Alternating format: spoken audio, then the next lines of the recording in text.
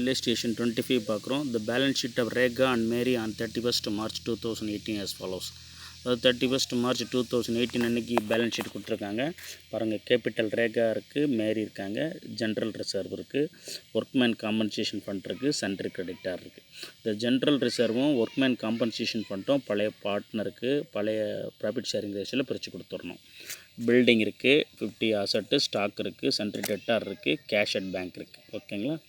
அடுத்து பாருங்கள், the share of profits and losses in the ratio 3:1. அவங்க ஷேர் ஆஃப் ப்ராஃபிட்ஸ் 3:1 இருக்குது. They agreed to admit Kavita into the partnership firm. இப்போ கவிதாவை admit பண்ணுறாங்க. 1/4 share of profit, 1/4 share of ப்ராஃபிட்டுக்கு Kavita admit பண்ணுறாங்க பார்ட்னர்ஷிப்பில். Which he gets entirely from Rekha. இதுக்கு இவருடைய ஃபுல் ஷேர், இந்த 1/4 ஷேருமே எங்கேருந்து ஆர்ட்டிருந்து எடுக்கிறாருன்னா ரேகாட்டிருந்து தான் எடுக்கிறார். ஓகேங்களா? ரேகா தான் எடுக்கிறாங்க. ஓகேங்களா?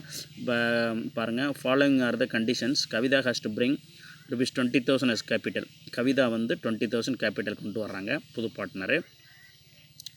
Her share of goodwill is valued at, அவங்களுடைய ஷேர் ஆஃப் குட்வில் 4,000. இந்த ஷேர் ஆஃப் குட்வில் யார் ரேகாட்டிருந்து எடுக்கிறதுனால ஏதோ அது பாருங்கள், C could not bring cash towards goodwill. இப்போ அதனால் வந்து இவங்க வந்து கேஷை கொண்டுட்டு வரல, ஆனால் ஷேர் ஆஃப் குட்வில்லோடன்னு வேல்யூ பண்ணியிருக்காங்க 4,000. இந்த குட்வில் யாருக்கு, இப்போ யார்கிட்ட ஷேர் இருந்து எடுக்கிறதுனால அது இவங்களுக்கு தான் போகணும். யாருக்கு போகணும்னா ரேகாவுக்கு தான் போகணும். இப்போ ரேகா கிரெடிட் பண்ணிவிட்டு டெபிட் வந்து இவங்களை டெபிட் பண்ணிடணும். யாருக்கு? கவிதாவை. ஓகேங்களா? கவிதாவை டெபிட் பண்ணிடணும். 4,000க்கு கிரெடிட் வந்து இங்கே பாருங்கள், ரேகா டெபிட் பண்ணியிருக்காங்க. பாருங்கள், கவிதா டெபிட் பண்ணியிருக்காங்க ரேகாஸ் கேபிட்டல் அக்கௌண்ட்டுன்னு. இங்கே 4,000 யாரை கிரெடிட் பண்ணியிருக்காங்க? ரேகா கிரெடிட் பண்ணியிருக்காங்க. ஏன்னா ரேகாட்டிருந்தால் அந்த ஃபுல் ஷேர் அவர் எடுத்துக்கிறதுனால. ஓகேங்களா? அடுத்து பாருங்கள், டெப்ரிஷியேட் வேல்யூ பில்டிங் 10%. அப்போ 10% பில்டிங்கு டெப்ரிஷியேட் ஆகுது. அதனால் பில்டிங்கில் ஒரு பாயிண்ட் வச்சுக்கோங்க. உங்களுக்கு ஒரே டைமில் ஒரு பில்டிங்கில் ஒரு பாயிண்ட் வச்சுருக்கேன். பில்டிங்கில் 10% டெப்ரிஷியேஷன் ப்ரொவைட் பண்ணணும். ப்ரொவைட் பண்ணால் டெப்ரிஷியேஷன் 10% ரிவேல்யூஷன் அக்கௌண்ட்டில் டெபிட் பண்ணணும். அதே மாதிரி அது வந்து பேலன்ஸ் ஷீட்டில் பில்டிங்லேருந்து 10% கழிச்சிடணும் டெப்ரிஷியேஷன் போட்டு. அதை ஸ்டாக் டு வேல்யூட் அட் ₹6,000. ஸ்டாக்லேயும் பாயிண்ட் வைங்க. ஸ்டாக் வந்து ரீவேல்யூ பண்ணும்போது 8,000 பழையது இருக்குது, ஆனால் இப்போ வேல்யூ பண்ணும்போது என்ன ஆகுதுன்னா 6,000 ஆகுது. அதுவும் நமக்கு லாஸ் தான். அது ரீவேல்யூஷனை டெபிட் பண்ணணும். 2,000க்கு ரீவேல்யூஷன் டெபிட் பண்ணணும். ஓகேங்களா? இப்போ ஸ்டாக்கும் பாயிண்ட் வச்சுட்டேன். அடுத்து create provision for doubtful debts 5% டேட்டார்ஸ். அப்போ என்னன்னா ப்ரொவிஷன் வந்து ஏற்கனவே எவ்வளோ இருக்குன்னா 5% கிரியேட் பண்ண சொல்கிறாங்க டெட்டாரில். அதுவும் நமக்கு எக்ஸ்பென்ஸு. அதை ப்ரொவிஷன், அது ரீவேல்யூஷன் டெபிட் பண்ணணும். அப்போ டெட்டாரும் ஒரு பாயிண்ட் வச்சுக்கோங்க. அதுவும் பேலன்ஸ் ஷீட்டில் 5% கழிக்கணும், ப்ரொவிஷன் ஃபார் டெட்டார்னு போட்டு. ஓகேங்களா? அதனால் prepare necessary ledger accounts and the balance sheet after அட்மிஷனுக்கு பின்னாடி பேலன்ஸ் ஷீட் க்ரியேட் பண்ணணும். அதனால் முதல்ல என்ன செய்யணும், நம்ம 3 அக்கௌண்ட் இதில் க்ரியேட் பண்ண. ஏன்னா லெஜருக்கு அக்கௌண்ட்டுக்கு ரீவேல்யூஷன் அக்கௌண்ட்டுன்னு ஒரு அக்கௌண்ட் க்ரியேட் பண்ணணும். அடுத்து கேபிட்டல் அக்கௌண்ட், பார்ட்னர்ஸோட கேபிட்டல் அக்கௌண்ட் ஒரு அக்கௌண்ட் க்ரியேட் பண்ணணும். அடுத்து பேலன்ஸ் ஷீட் ஆசான் 1st April 2000 ஆஃப்டர் அட்மிஷனுக்கு பின்னாடி பேலன்ஸ் ஷீட் ஆசான் 1st April 2018 ஒரு பேலன்ஸ் ஷீட் க்ரியேட் பண்ணணும். 3 ஒரே டைமில் கொஞ்சம் இடம் விட்டுட்டு க்ரியேட் பண்ணி வச்சுருங்க. இப்போ ஸ்டார்டிங்லேருந்து நம்ம ப்ராப்ளத்துக்குள்ளே போகலாம். ஓகே, இது பேலன்ஸ் ஷீட் பார்த்துட்டிங்க. திரும்ப ஒரு வாட்டி சொல்கிறேன். இவங்க பேலன்ஸ் ஷீட்டுக்கு வந்து ரேகாவுக்கு 50,000, மேரிக்கு 30,000 இருக்குது, ஜென்ரல் ரிசர்வ் 40,000 இருக்குது. ஓகேங்களா? ஜென்ரல் ரிசர்வை யாருக்கு பிரித்து கொடுக்கணும்? பழைய பார்ட்னர் பழைய ரேஷியோவில் பிரித்து கொடுக்கணும். ஓகேங்களா? இப்போ பாருங்கள், கேபிட்டல் அக்கௌண்ட் ப்ரிப்பேர் பண்ணியிருக்கோமா. லெஃப்ட் சைடில் டிஆர் பர்டிகுலர்ஸு, ரேகா, மேரி, கவிதா 3 பார்ட்னர்ஸ். ரைட் சைடில் கிரெடிட்டில் வந்து பர்டிகுலர்ஸு, ரேகா, மேரி, கேபிட்டல் 3 பார்ட்னர்ஸ். பார்த்தீங்களா? இதில் இந்த கேபிட்டல் இருக்கா, இது வந்து 50,000 30,000 கேபிட்டல் அக்கௌண்ட்டில் பை பேலன்ஸ் ப்ராட் டவுன்னு போட்டுறணும். யாருக்கு? பை பேலன்ஸ் ப்ராட் டவுன் போட்டு 50,000 ரேகாவுக்கும் மேரிக்கு வந்து 30,000 போட்டுறணும். ஓகேங்களா? அடுத்து பாருங்கள், ஜென்ரல் ரிசர்வ் 40,000 இருக்குது. அந்த ஜென்ரல் ரிசர்வ் பிரித்து கொடுத்துடணும். பழைய பார்ட்னருக்கு என்ன ரேஷியோவில் இருக்காங்க? 3:1 இருக்காங்க. 3:1 ஜென்ரல் ரிசர்வை கிரிச்சு கொடுத்துறாங்க. 3:1 பண்ணோம்னா 30-40 பழைய பார்ட்னர் ஜென்ரல் ரிசர்வு போட்டாச்சு. அடுத்து இந்த ஒர்க்மேன் காம்பன்சேஷன் பிரித்து கொடுத்துடணும் 3:1. அதுவும் பழைய பார்ட்னருக்கு போக வேண்டியது. ஒர்க்மேனுக்கு எதாவது பெண்டிங் இருந்துச்சுன்னா கழிச்சு கொடுங்க, எதுவும் நம்ம சொல்லலை. அதனால் அப்படியே ஒர்க்மேன் காம்பன்சேஷன் ஃபண்டை வந்து நம்ம அப்படியே பிரித்து கொடுத்துடலாம். அது பாருங்கள், அதுவும் என்ன ரேஷியோவில் 3:1. அப்போ 7,500 2,500 ஒர்க்மேன் காம்பன்சேஷனும் யாருக்கு பழைய பார்ட்னருக்கு பிரித்து கொடுத்தாச்சு. அடுத்து சன்ட்ரி கிரெடிட்டார் புது பேலன்ஸ் ஷீட்டுக்கு போகும். புது பேலன்ஸ் ஷீட்டில் பாருங்கள், புது பேலன்ஸ் ஷீட்டு நம்ம போட்டுக்க சொல்லியிருக்கோம். அதில் சன்ட்ரி கிரெடிட்டார்னு 20,000 லைபிலிட்டி சைடில் காமிச்சிருங்க. 20,000 சன்ட்ரி கிரெடிட்டார். Okay sir. அடுத்த பில்டிங் பாருங்கள், பில்டிங் வந்து பாயிண்ட் வச்சுருக்கேன் 50,000. பில்டிங்கை பொறுத்தளவில் என்ன சொல்கிறாங்கன்னா 10% டெப்ரிஷியேட் பண்ண சொல்கிறாங்க. 10% டெப்ரிஷியேட் பண்ணால் 5,000 இருக்கும். அது ரீவேல்யூஷனை டெபிட் பண்ணணும். இந்த பில்டிங் ரீவேல்யூஷன் அக்கௌண்ட்டில் நமக்கு எக்ஸ்பென்சஸ் லாஸ் ஆகிறோம். டெப்ரிஷியேஷன் போட்டோம்னா அதனால் எக்ஸ்பென்ஸு. அதனால் டு பில்டிங் 5,000 போட்டுட்டு இந்த இதை நான் டிக் பண்ணிடுறேன். இந்த புது பேலன்ஸ் ஷீட்டில் பில்டிங்கில் டெப்ரிஷியேஷன் 5,000 கழித்து 45,000 போட்டுருணும் நெட்டில் பில்டிங். அடுத்து பாருங்கள், அடுத்து ஸ்டாக்கில் என்ன பாயிண்ட் சொல்லியிருக்கோம்னா ஸ்டாக்கு இது முடிஞ்சிச்சு. ஸ்டாக்கில் 6,000 வேல்யூ பண்ணுறாங்க. அப்போ பாருங்கள், இங்கே ஸ்டாக் வந்து 8,000 இருக்குது. 8,000 6,000 ஆகுது. நமக்கு லாஸ் 2,000. அது வந்து டு ஸ்டாக்னு ரீவேல்யூஷனை டெபிட் பண்ணணும். லாஸ் ஏற்படுறதுனால ரீவேல்யூஷனை டெபிட் பண்ணணும். அதாவது அசட்டு குறைஞ்சின்னா ரீவேல்யூஷன் டெபிட் பண்ணணும். ஓகேங்களா? எக்ஸ்பென்ஸ் ரிலேட்டடாக இருந்தால் ரீவேல்யூஷன் டெபிட் பண்ணணும். இன்கம் வந்துச்சுன்னா கிரெடிட் பண்ணணும் ரீவேல்யூஷன் அக்கௌண்ட்டை.